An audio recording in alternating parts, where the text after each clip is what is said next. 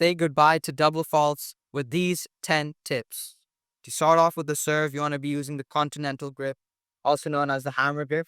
It's the same grip used for backhands. You want to make sure that when you're hitting your serves, you're positioning yourself diagonal from the service box and as close to the middle line as possible.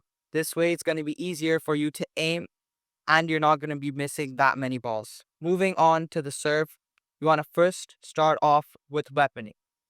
Unlike the other shots, you need to weapon going into the trophy position. When serving, you need to imagine that you're throwing a ball.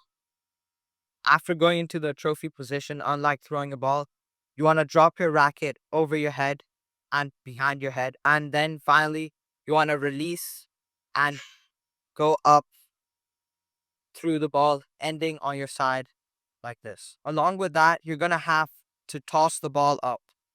To toss the ball, you want to put your thumb in front of the ball, your four fingers behind it, and keeping your wrist loose. You want to make sure that you're keeping it as outward bent as possible. You don't have any tension. You're simply going to raise your hand up. While raising your hand up, you're going to see that your hand is fully flat out if you keep it like this. For the service, you want to make sure that you're having a high contact point, and like in the forehand and backhand, you want to make sure there's zero bend in your arm while you're making the contact. You also want to make sure that you are nice and loose and you're using this kind of whip motion where instead of pushing the ball, you're loosely going through the ball and ending on your side. And make sure you don't do with your serve is after shooting your serve, you don't want to be looking at the ball and slowly recovering. You need to quickly recover, position yourself, and be ready for your opponent's shot. You also want to make sure that when you toss the ball is not spinning, but rather it's flat. This way, your shots won't be affected by the spin on the ball. For some service drills, you can first start off with trying to throw a tennis ball as far as you can.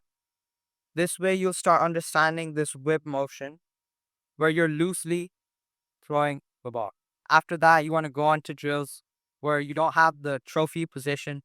Rather, you start off with your racket behind your head and you practice going up through the ball.